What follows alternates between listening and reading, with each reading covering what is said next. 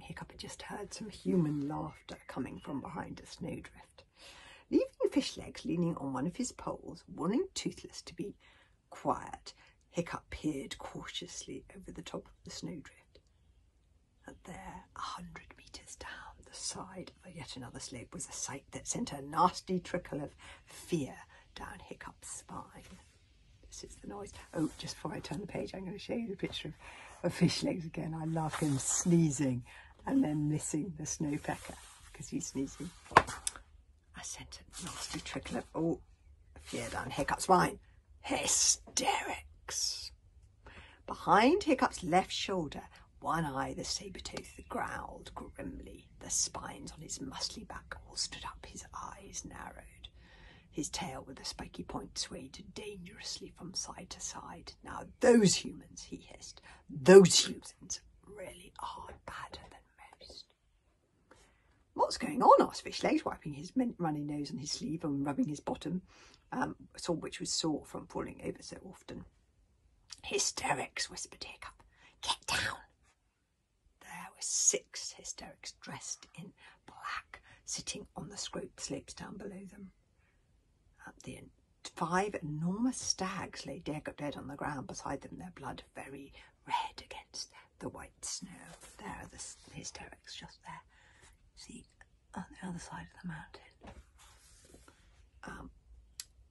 The hysterics had clearly stopped for breakfast before the long ski back to the hysterical village on the other side of the Wrath of Thor. They had built a small fire and were eating bits of deer in their fingers. Their skis and their bows and arrows were jammed in the snow behind them. Thank God they haven't seen us, breathed Hiccup to Fishlegs. Come on, we'll just ski quietly back the way we came. This would have been an excellent plan, but something weird was happening to Fishlegs. He was already looking terrible, his eyes streaming and his nose running with snot. He was shaking a little with fever, and now as he watched the hysterics, his face turned first pink and then a brilliant red. He snorted furiously. "The big, brainless, muscle-browned idiots!" he muttered. Yes, whispered Hiccup. "The murderers! They've only gone and killed that poor deer in broad daylight. The great, stinking, gormless brutes!"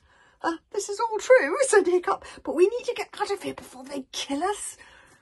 But before Hiccup could stop him, Fishlegs had staggered to his feet and drawn his sword, shouting out, "Cowards!" at the top of his lungs. The hysterics stopped eating.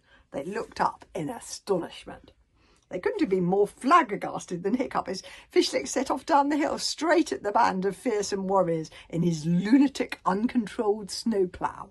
His ski poles flailed around frantically, his arrows flew out of their quiver like a hedgehog shedding needles. He was gaining speed every second and shouting at the top of his voice, "You miserable mollusks! You whinging, whimpering winkles! I could take you frittering fairy folk with one hand behind my back! Stand and fight like men, you cowardly cowering cuttlefish!" Chapter 3. The hunters become the hunted. Open mouthed, almost in a trance, Hiccup watched the furious, frantic progress of his friend down the mountainside. "You horrible halitosis addict!" shrieked Fishlegs in a frenzy. "You pathetic pieces of plankton! I can see you! You're blubbing like babies at the thought of fighting a real Viking!" One Eye, the saber-toothed driver dragon, was watching Fishlegs with something approaching awe. "You know I underestimated your friend," he grunted respectfully. "I thought he was a complete weed, but I have to admit that is brave. Suicidal, of course, but definitely brave." The hysterics were so completely amazed to find themselves being attacked out of the blue by a single, undersized, underage member of another tribe that for a moment they just froze, jaws hanging open, hands filled with deer halfway to their mouths. Fishlegs skied straight at the hysterics, swinging his sword furiously when he got amongst them, but missing, of course, and skiing straight over their campfire and on down the hill. For a moment his furs caught on fire, but the wind blew them out again. The hysterics paused for 1 second in their astonishment as they watched the small, shrieking figure careering down the mountainside. They then looked at one another, and you didn't need to see on their faces to know that it was a grim, "let's murder him now" sort of look. They fastened on their skis in a businesslike, unhurried fashion, hoisted their bows onto their enormous hairy shoulders and set off after him.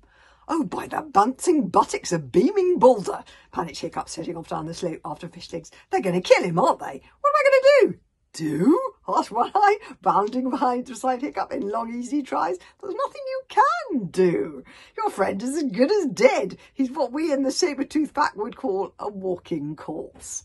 Or a skiing corpse in his case. There's nothing you can do, and if you ski in this direction, you may end up dead too."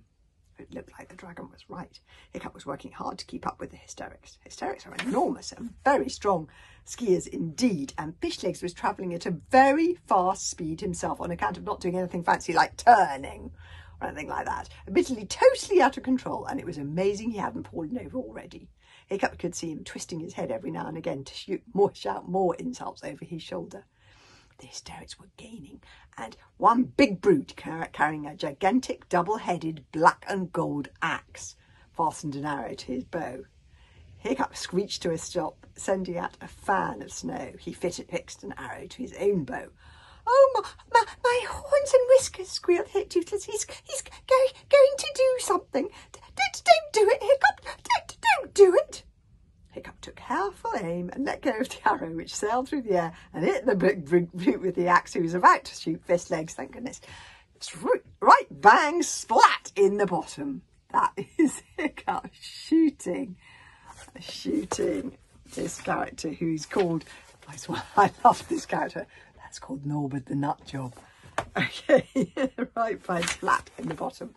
It was the first successful hit Hiccup had all morning. "Good shot!" roared One-Eye, enjoying himself hugely. The big brute with the axe let out a roar and his arms flailed around wildly. He let fly his own arrow, which in a streak of glorious luck soared in a perfect arc straight into the bottom of the hysteric right in front of him. "Oh, this is too good," breathed One-Eye. "Pinch me, it must be my birthday."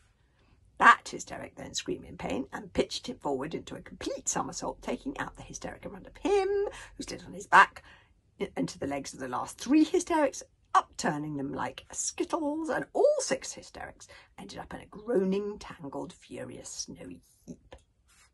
Good, uttered Hiccup.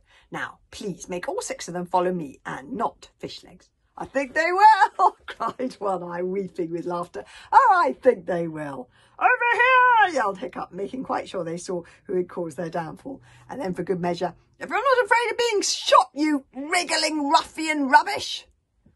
"Oh, look what you've done," moaned Toothless. "Those hysterics are going to be so